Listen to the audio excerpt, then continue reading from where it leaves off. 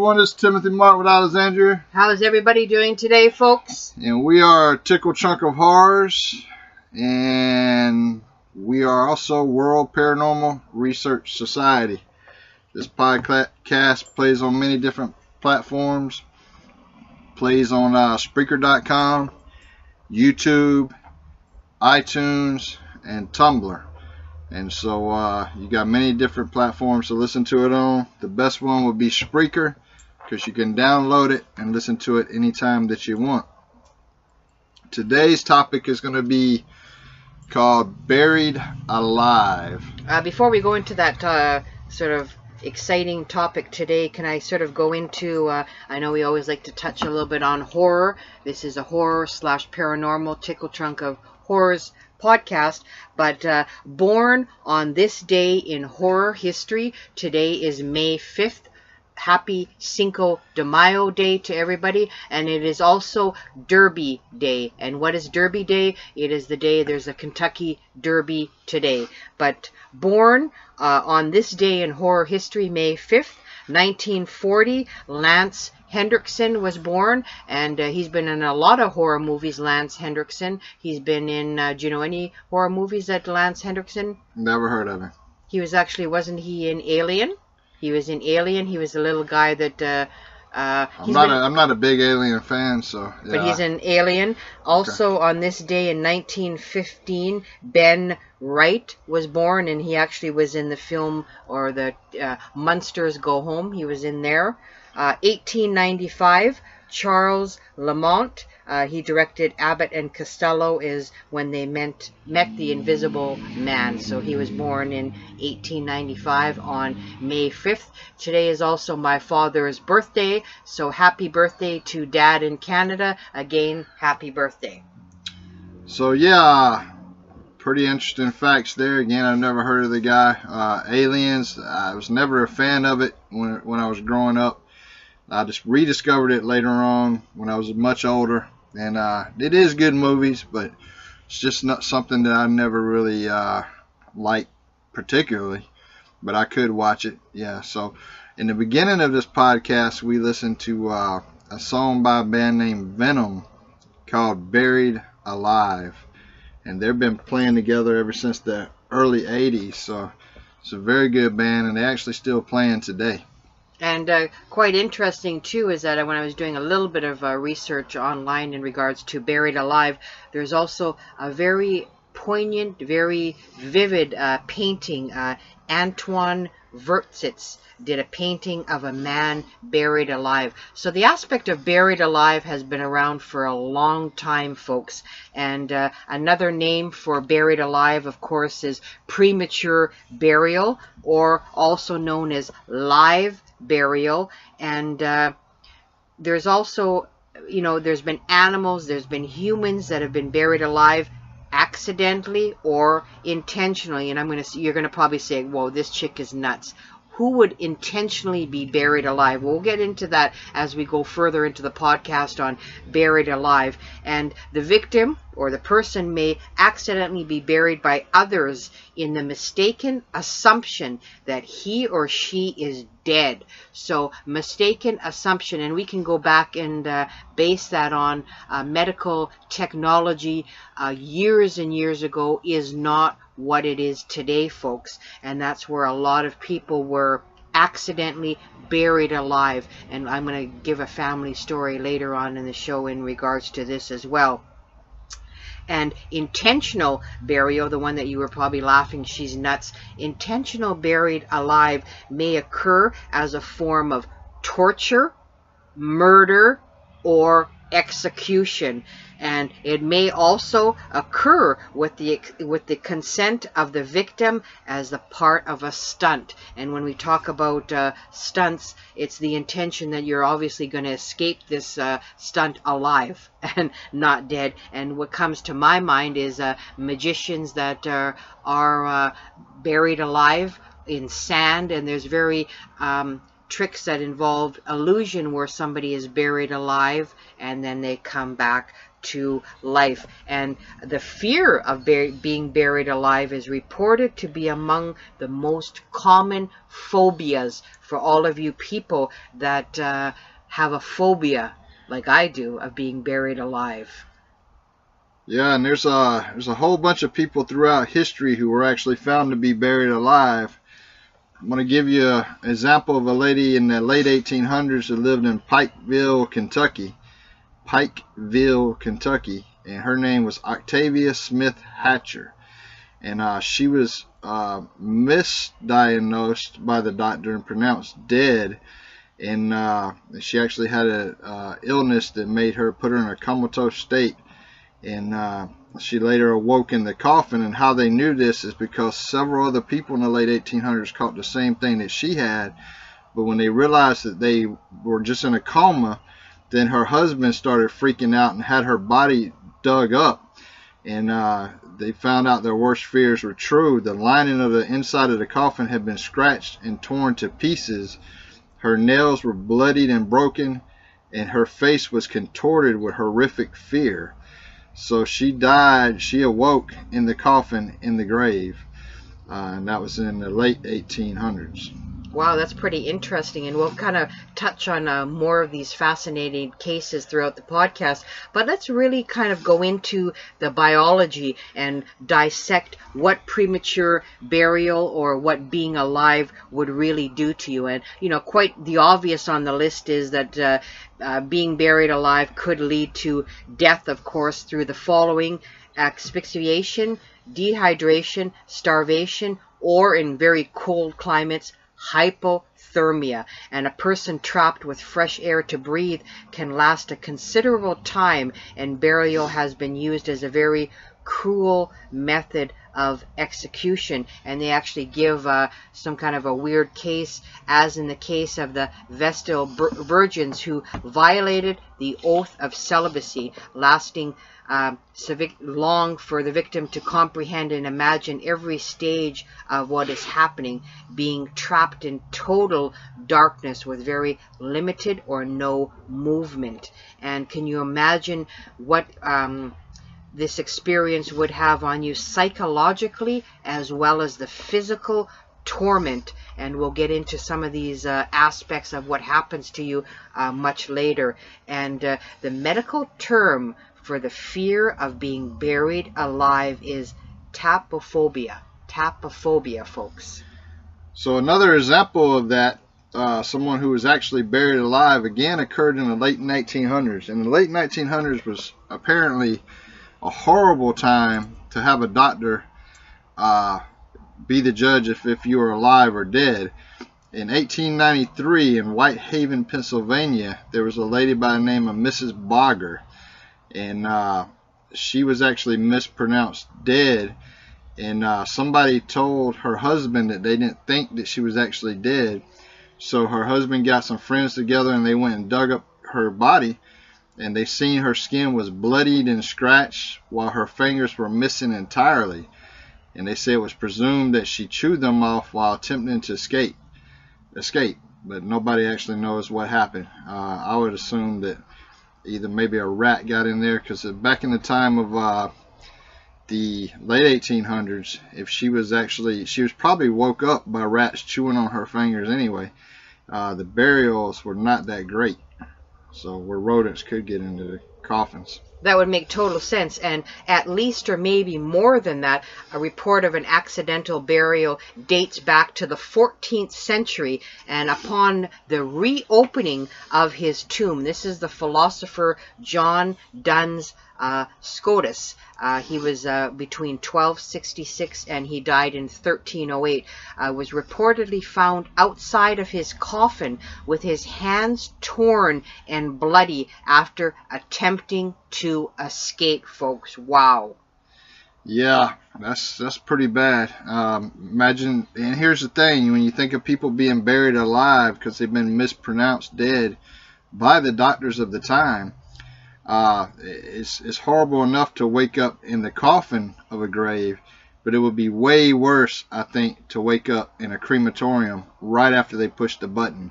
you wake up and you're being incinerated. So just to give you another example of somebody that was buried alive, in Illinois in 1987, it's a well-known fact that Illinois was a mafia-controlled state in the late 80s and early 80s and 70s and 60s and all the way back to the time of Capone.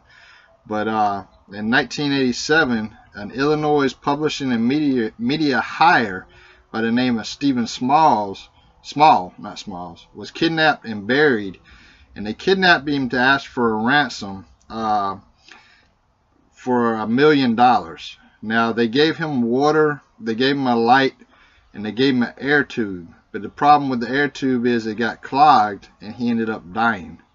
And that was Stephen Smalls in Illinois. Wow, that's pretty horrific. What a way to go, folks. And really, if we sort of flip back and forth in the time, newspapers have reported cases of exhumed corpses which appear to be that have been accidentally buried alive. So newspapers had a lot of cases. And on February 21st, 1885, the New York Times gave a disturbing account of such a case. The victim was a man from Buncombe County whose name was given as Jenkins, and his body was found turned over. What was the name of that county again? It was Buncombe County. Oh, okay. Buncombe. Bumhole. No, like Buncombe County. Oh. And his name was given as Jenkins, and his body was found turned over on its front inside the coffin with much of his hair pulled out. So they're saying that his hair was literally pulled out, and scratch marks were also visible on all sides of the coffin's interior, and his family was reportedly distressed beyond measure at the criminal carelessness associated with this case. And there's another similar story that was reported in the Times on January 18th, 1886, and the victim of this case being described simply as a girl named Collins from Woodstock, Ontario, Canada, and her body was described as being found with the knees tucked up under the body, and her burial shroud, or the clothes that she was buried in, torn to shreds. Very, very chilling, very chilling to find somebody with their burial clothing torn to shreds. There's a website out there that I recommend everybody check out, and I watch some of their YouTube videos. They put out a lot of good videos, but they also have a website, and it's called whatculture.com. Now, whatculture.com, the website, it actually shows the body, a burial. It happened in Brazil on the 28th of January of, guess what, this year. And so 2018, and the lady's name was Rose Angela dos Santos, and she had also been mispronounced dead. And I guess in Brazil they don't embalm their people. I guess a lot of people don't have the money for that or whatever. I don't know what the burial practices is in Brazil, but they definitely exhumed the body. And when they did, they seen that she was all bloodied and she'd been trying to crawl her way out of it. And it actually has the video, and you can actually see her body and her fingernails broke off. And so that's in whatculture.com. So, yeah. Very, very chilling. And you have to imagine, with newspapers reporting cases of people being buried alive and being documented through, the 13th century that I did mention, that people were beginning to realize that this was a problem, and this is a problem that really needed a solution. And there became attempts to prevent live burials, and there was attempts to prevent people actually being buried alive. And they actually show, if you do a search on the internet, different vaults, and they said premature burial is impossible when a specific vault is used, and a person could live for hours in one of the compartments, or at any rate long enough for somebody to open the cover by turning the hand wheel. And there was a burial vault built in 1890 with internal escape hatches that allowed the victim of accidental premature burial to actually escape. So realizing that there was a problem, that somebody had to start doing something. And Robert Robinson died in Manchester in 1791, and actually a movable glass pane was inserted in his coffin, and the mausoleum had a door for the purpose of inspection by a watchman who was to see, he was able to see if there was actually breath on the glass. And also Robert Robinson instructed his relatives to visit his grave periodically to check if he was still dead. And this was back in 1791, folks. And they actually went to the length of having safety coffins. And safety coffins were devised to prevent premature burial, although there was no evidence that any had ever successfully used this device to save an accidentally buried person. And what really strikes, or very what comes to mind that's very fitting, is that on December 5th, 1882, J.G. Kirschbaum received a U.S. patent, and that U.S. patent number is 268693 for his, in quotations, device for life in buried persons, end of quotations.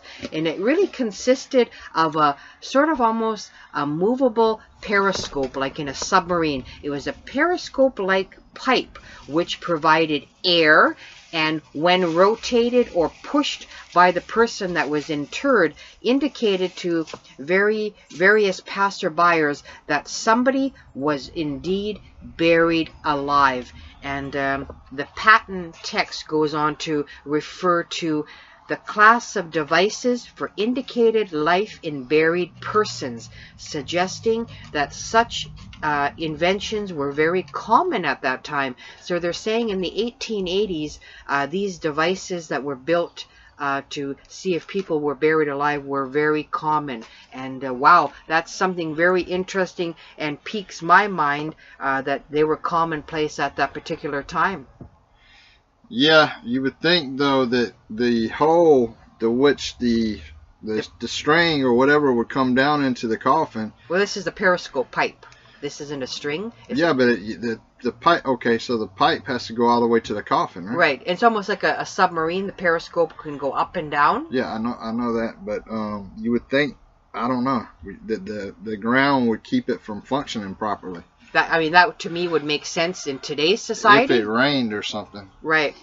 But just to give people an idea, if you're in a regular size coffin, the coffin's going to contain about 820 liters of air. Only 1/5 of that is oxygen. So that's 164 liters of oxygen. If you're calm in the coffin, your body will consume 0.5 liters of oxygen per minute. So the best thing to do if you find yourself in a coffin trapped is to take breaths and hold the breaths so that you can conserve that oxygen as you try. Because when you panic and start moving frantically, you're going to just use up your oxygen really fast. But if you remain calm, you could actually live for about 5.5 hours before you die. But if you don't remain calm, you can die from 2 to 3 hours. But psychologically, if you're lasting 5 hours, how is that playing on your mind? You're being trapped in a confined space, unable to move, knowing that at any given moment you could actually literally die. I mean, that must be a very horrific 5 hours. What goes through your mind during that time? That would be a torture in itself for me, to just sit there and lay there for 5 solid hours. I don't know if it'd be a torture. That's because people just view death as a bad thing. You know, a lot of people like to go to sleep, and when you go to sleep, all your troubles disappear. So if you're in that coffin and you're already in the grave anyway, and you wake up, yeah, you might as well just go ahead and embrace the death that is coming at you, especially in today's coffin, because the thing about it is, back in the day when they were using pine boxes, pine's a very soft wood, so you could break out of it. You had a better chance. Today in America, when you're buried, they put you in a steel or aluminum coffin, and then they put you in a concrete vault. Besides that, you don't have to worry about being buried alive here in America, because they're going to embalm you, which will prevent anybody from suing the doctor for mispronouncing you dead. They will actually just embalm you, and that's another bad way to wake up. Say you're in the middle of being embalmed and you wake up.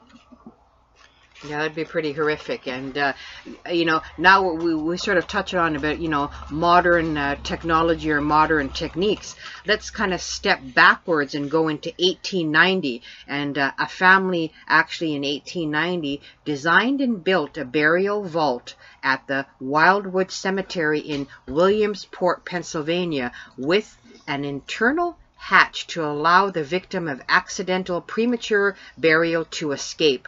And the vault itself had an air supply and was lined in a felt to protect a panic-stricken victim from inflicting injury on them before escaping. And of course, bodies were to be removed from the casket before interment. And another interesting fact is the London Association for the Preservation of Premature Burial was founded in 1896 by William Tebb and Walter Hadwin. So very interesting facts in regards to those time periods. And now I kind of just want to step a little bit on to maybe more of the wilder side in regards to execution by burial. And a lot of you may have, when you're thinking of buried alive, people being executed by this means, this isn't on the top of your list of means that people would have been executed. But certainly, folks, be real, be realistic. It's happened all around the world.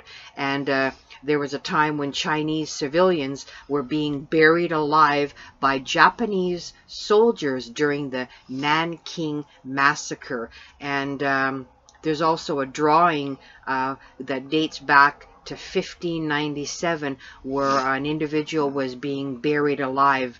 And in the drawing, her head is still above the ground, and the priest is asking her to recant her faith, while the executioner stands ready to completely cover her upon her refusal. So this was actually a priest.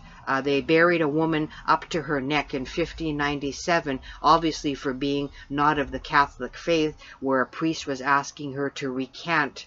And the executioner was completely on hand when she refused to do so, that she would be, of course, buried alive. So just this is another technique that was used by the Catholic Church to have people recant their faith. So very, very grim.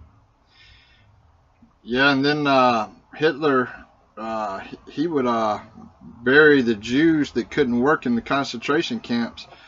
They were actually buried alive. They would just throw them in a mass pit.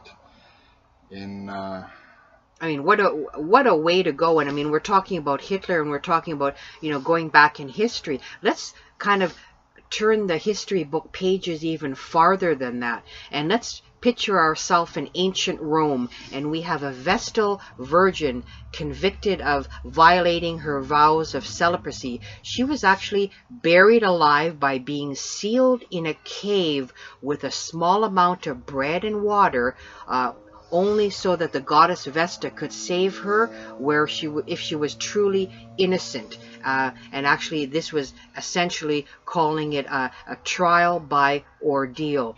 And very, very, and according to Christian tradition, a number of saints were actually martyred in this way, including Saint Castulus and Saint Vitalis of Milan. They were actually martyred by being buried alive. Very, very interesting. And in Denmark, in the Roubaix City statue, which was in 1269, a female thief was to be buried alive, and the in-law by Queen Margaret I adulterous women were to be punished with premature burial, while the men were actually given a more humane punishment by being beheaded.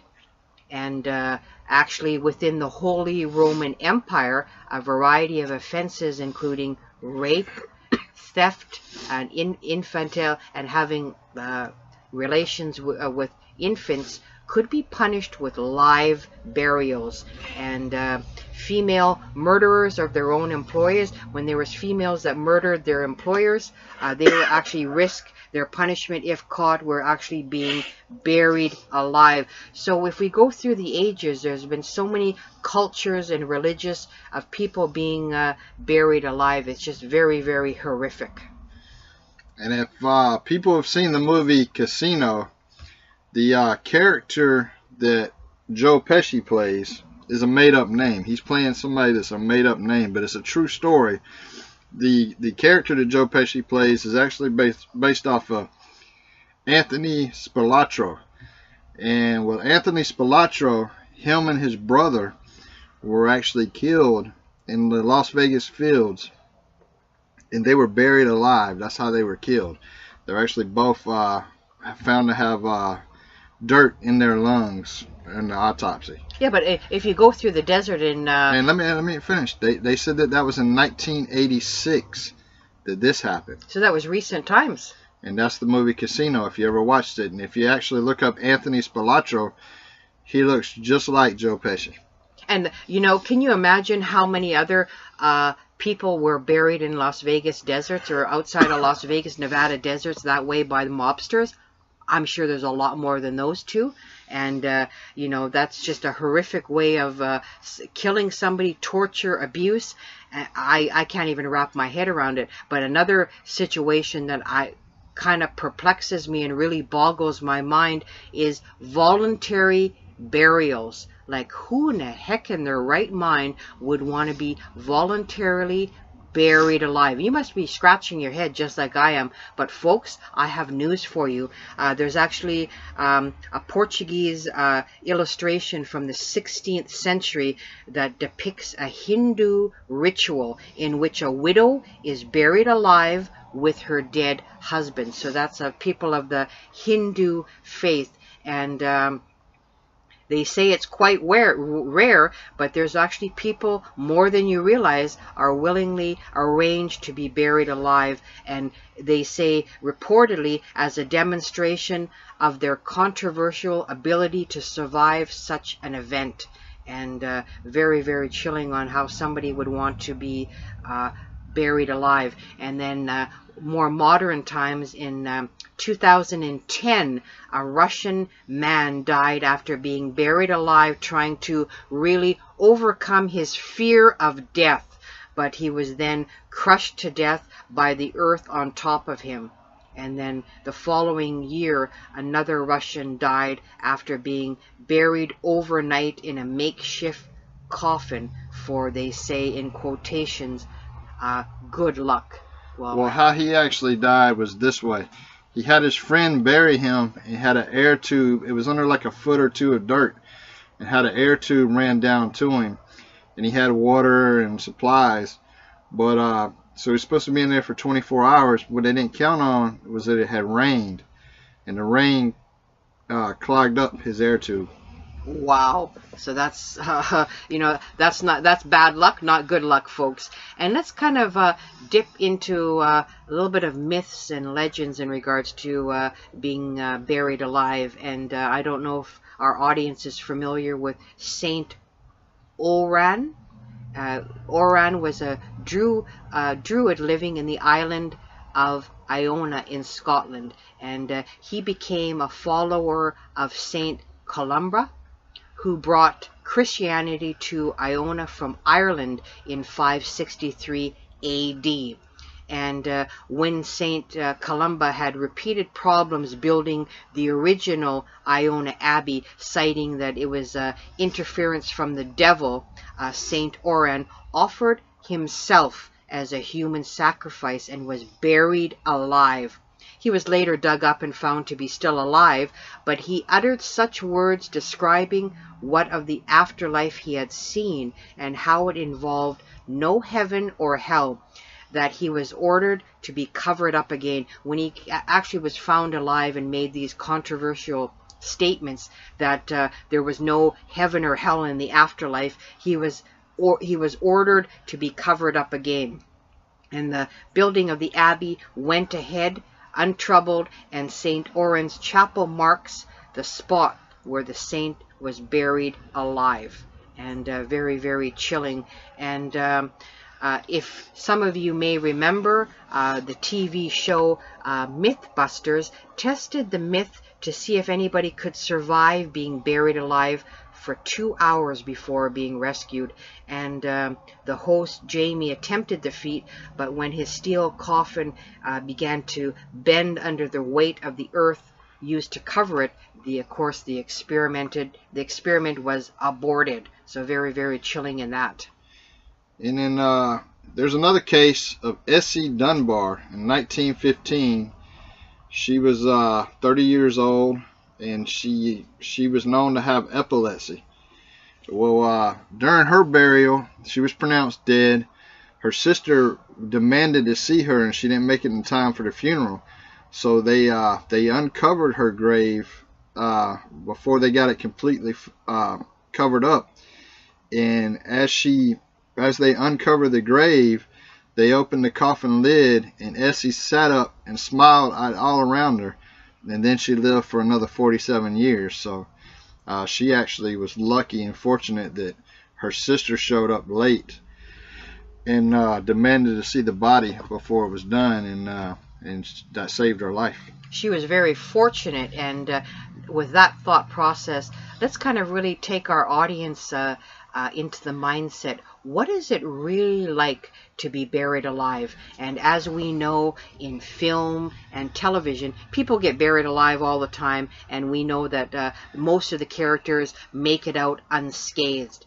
That's not what being alive really is actually like, folks. I mean, that's in the movies, that's in a TV show, and it's really rare that anybody survives such a horrible fate. And for those that do manage to survive, there is a irreparable damage to their bodies and of course their minds. And some survivors aren't able to walk without the help of physical therapy, while some can't speak. They can't speak the same as they did before due to the lack of oxygen while being buried. And it's really survivor accounts of this that help us to understand what really goes through your mind and what toll it takes on your body on being buried alive. And there's certain things that happen, and the first thing that would happen to me and to a lot of people is that you have a panic attack. And it's just very, very horrific. And you whether you wake up or you're buried fully lucid, you're going to have a severe panic attack, and which more than likely is going to use up the most of the air that you have left in your coffin. And Timothy went into how many liters that you would have at your disposal of air. About 164 liters, and you use up about 0.5 if you're cold.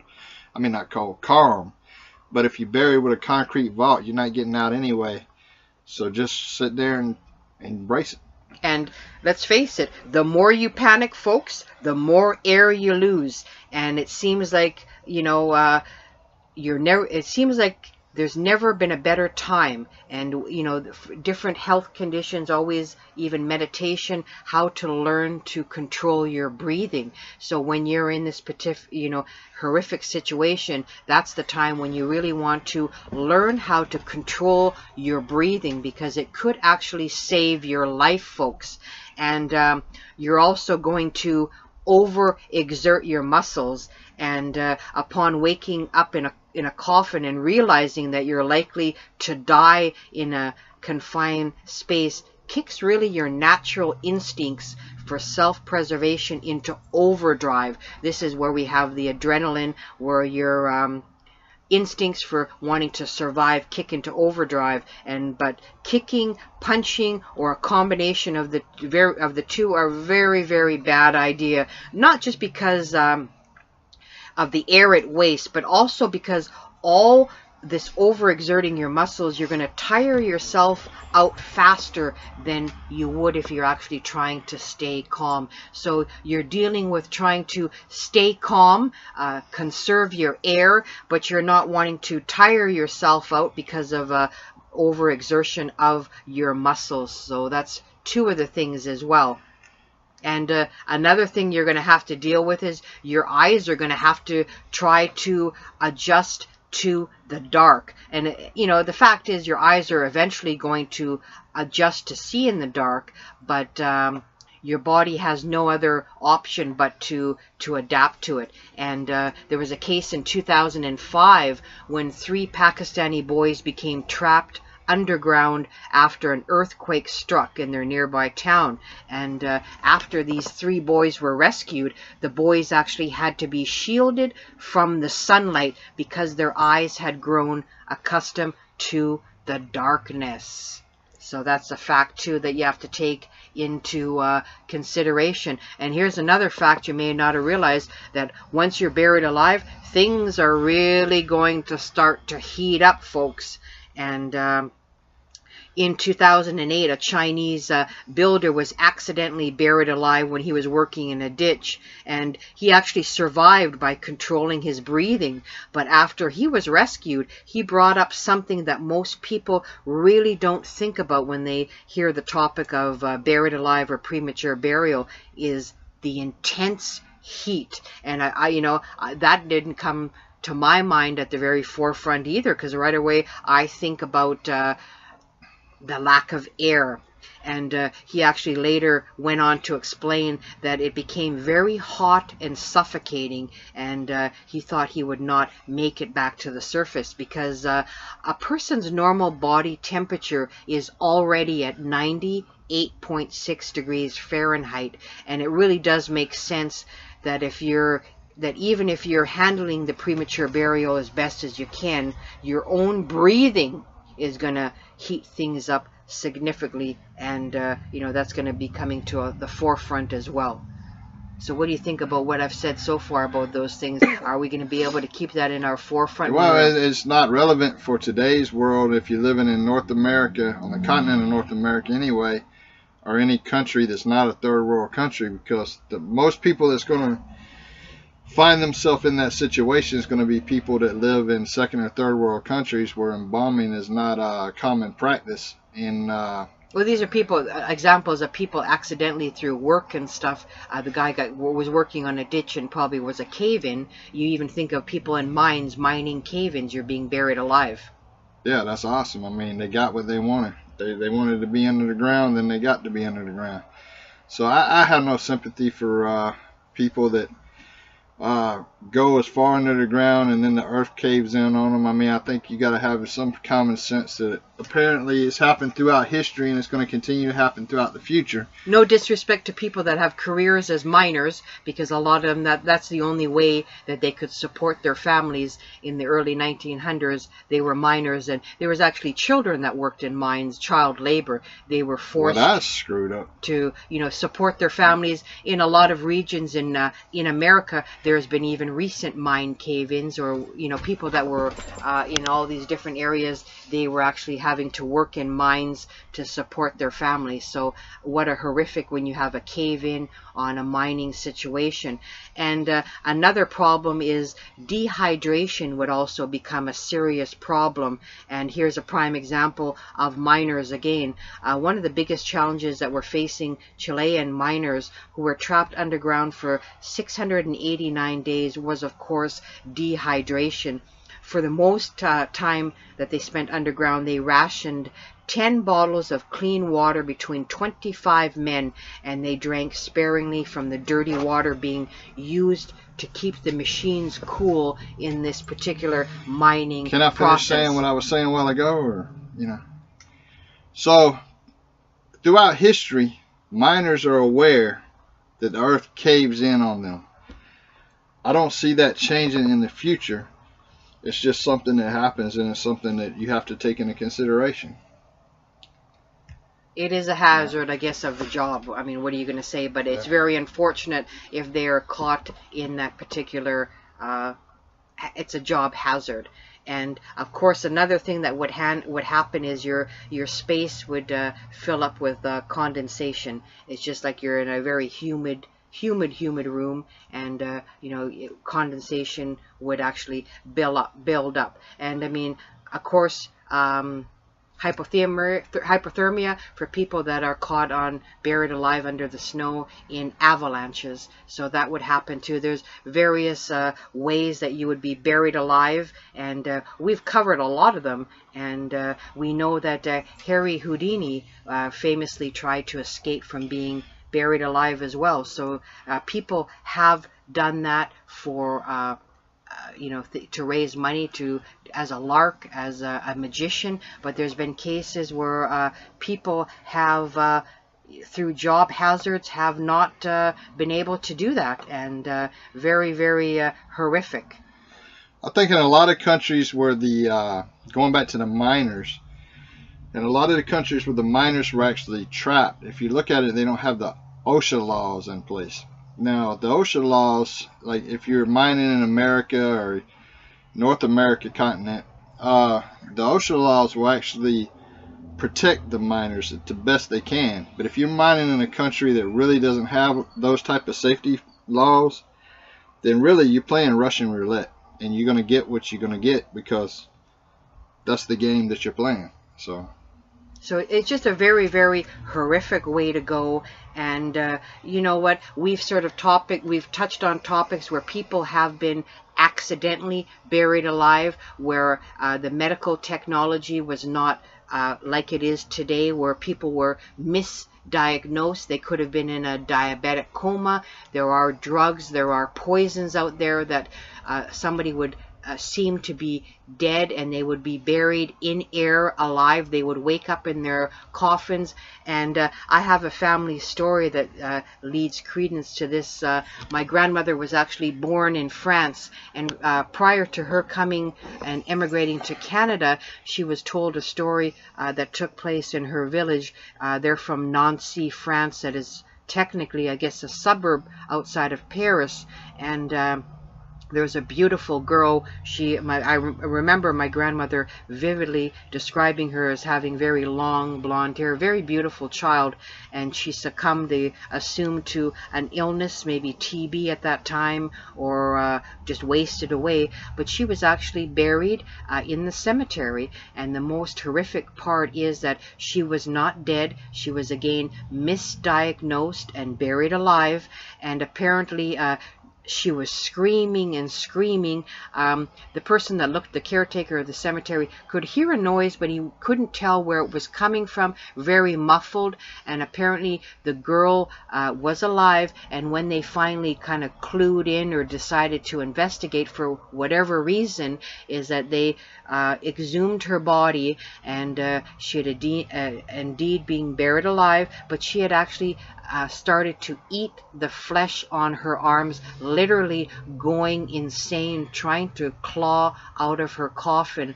And what that town did, I guess there was various cases of people being buried alive, is they had a mechanism where they had a string with a bell. And I don't know how that would work, is that the person would be buried with a string in the coffin, and if you were buried alive, the bell was above ground, where you could pull this string and then be able to alert passerbyers or the caretaker that you were indeed buried alive in air. So I don't know how well that mechanism would work. That kind of just boggles my mind. But what a kind of a horrific way to go when you're actually eating the flesh from your arms in regards to that. Very just gives me chills thinking about that. So there's a list of songs out there called, with the title "Buried Alive" by different bands. Venom, we played that one in the beginning of the show, has a song "Buried Alive." Black Sabbath has a song with the title "Buried Alive." Who's the one with the bat? What we mean? A band with a bat, or? Yeah, their logo is a bat. That I'm not sure on who has a logo. That... Avenged Sevenfold. Okay, Avenged Sevenfold has a song called Buried Alive.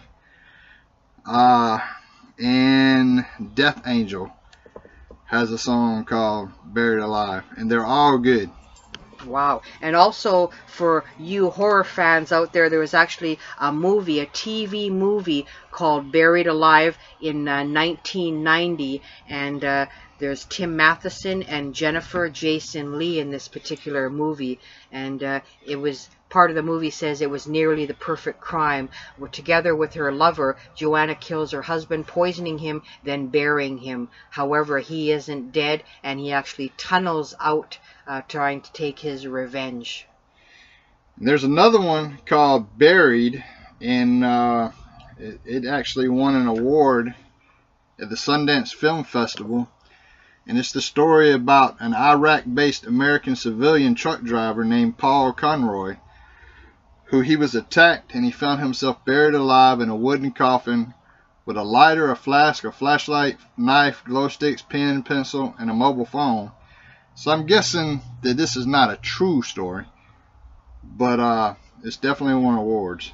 Wow. And you know, there's a lot of things on the internet. If you do searches on social media in regards to Buried Alive, there was actually a gentleman in Dublin who had been buried alive, and he was actually sharing his experience live on the internet. And the individual's name is John Edwards, 61, is a former drug addict and an alcoholic, and he says his grave mission is to bring a message of hope to others in despair. So, you know, he said he had been buried in an East Belfast church, and he'll be there for 3 days and nights. And he said the scariest part was hearing the earth being shoveled on top of his coffin. And you know, he also had air vents, he had food, he had water and a toilet, and he had internet access. So he was actually trying to bring attention to a cause by being buried alive. So I guess this was his way of using it as a ploy to give attention to what, you know, what cause he was trying to support. So there's been a lot of things through the ages in regards to being buried alive. And if you are an Edgar Allan Poe fan, he wrote The Premature Burial, and this was during the height of the 19th century cholera epidemic, which birthed a real general phobia of being buried alive in regards to this cholera epidemic. So there's been a lot of hype about it as well in regards to being buried alive. So what's your take on being buried alive? I don't know, really.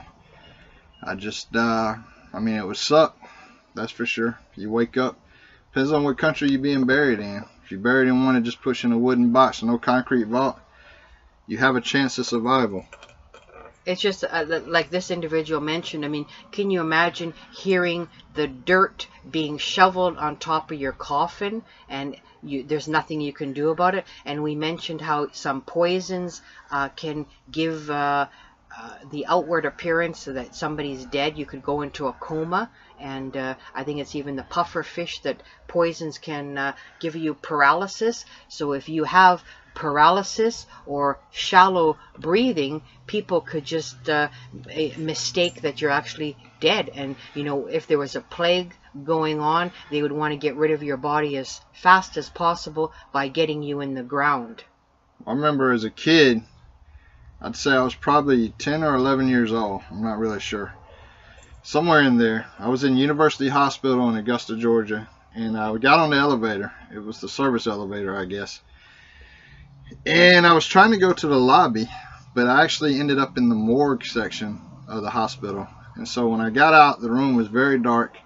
I'm walking around. I'm seeing like eyeballs in jars and body parts in jars. And then you come to the lit up area of the downstairs there, and they had bodies all over the place, and you had drawers where they would keep the bodies and stuff like that.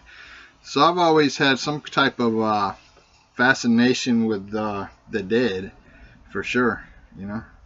I mean, it's just whether somebody was accidentally buried alive in premature burial, or as they called it, a live burial, whether it was used as an execution or torture, or whether it was intentional. There's been things that have been intentional. I think, you know, if you ever find yourself in that situation of being buried alive, you really have to kind of take stock and have your wits about you, and you know, there should be a checklist that runs through your mind. But I mean, are we able to be rational about a checklist when you're going in a panic state? Well, let's talk about the different types of being buried alive, which we have not covered. The different types of being buried alive, of course, would be in the grave, traditional, as part of a funeral process, that way. Another type of way of being buried alive, if you listen to Matt Fio talk about the Hell's Dam, a lot of people slipped, and we know throughout the dams being built in North America and in the U.S. that people would slip and be buried, trapped in the concrete, and there was no way to get them out, and so they would actually just die inside the concrete. That's another way of being buried alive. Another way of being buried alive is somebody straps you to a chain and a center block and throws you into the water, or puts you in a tub and puts concrete on your feet and throws you into water. That's another way of being buried alive. And natural disasters will put you in a situation, possibility of being buried alive. In an earthquake, you're buried underneath the rubble of buildings, so you will find yourself in the situation of being buried alive. If you're in an avalanche, that is another form of being buried alive. Rock slide or mudslides that happen in society, in the environment, you could be buried alive in the rubble as well. I mean, there's just so many ways that you can be buried alive in regards to quicksand. Quicksand is something that you go into a swamp, and there's quicksand where you'll get sucked into the quicksand. That's a form of being buried alive as well. So really, what a horrific way to go, to be, you know, crushed and buried alive. And a lot of different bridges and buildings that have been built, there have been the workers that have been buried alive, again slipping and falling in the concrete as the concrete is setting. They're just being buried alive in these places that are being built. And I did see somewhere that a famous bridge that there was a lot of workers that were buried within the concrete, because you're on a timeline, you're on a limited budget. There's no way that you can actually get the bodies out as the concrete is setting. So a lot of people, in regards to workers, we covered miners. There's a lot of workplace hazards where you could be buried alive. You could be caught in a tornado, folks, or a hurricane, and you could be buried alive under a house or the rubble that's flying around in a tornado. Again, a tsunami comes and you could be buried in the ocean. You're just buried alive in the ocean. So there's a lot of ways that you may not have thought of when you think of the term buried alive. We just naturally go into being buried alive in a cemetery. But or in Pompeii, if you're familiar with history, with Pompeii with the lava. With the volcano, which is again another natural disaster in regards to being buried alive in the ash of a volcano. And you see those horrific images. There was even bread and everything was preserved as the ash fell. So that's another way of being buried alive. And we've also covered how you know, they did realize there seemed to be a problem where there was a U.S. patent. There was different ways that people were trying to you know, incorporate so they could kind of limit the possibility of this happening to their loved one. So they're very ingenious ways that they wanted people to try and avoid this happening when they have even cholera, different epidemics. How many people would you figure in the Black Death in the Middle Ages that people actually maybe were not totally dead, but because of the fear of contamination, they had to get rid of bodies in mass graves or pits, and a lot of the people were buried when they were still alive, but they had to get rid of the bodies. So, you know, we can go recount through, you know, the ages on when this is happening. I sure wouldn't want, it's not a way that I wanted to go, let's put it that way, folks, because I have claustrophobia and I can't be in confined places. So it's just, the things that are going through my mind now about it, I'm not in a good place in regards to that. Yeah, and thankfully George Lucas did not allow Princess Leia to be buried under Jabba the Hutt's nutsack alive. That was a real possibility. If anybody's a fan of Return of the Jedi and you remember that scene, for all the Star Wars fans, we know that that could have been a possibility. So yeah. Okay, I never thought of that aspect, and I guess I didn't analyze films that that deeply. But well, she was a sexual pet for Jabba the Hutt. I mean, that she was on a leash and everything. So Jabba the Hutt had Princess Leia as his sexual pet.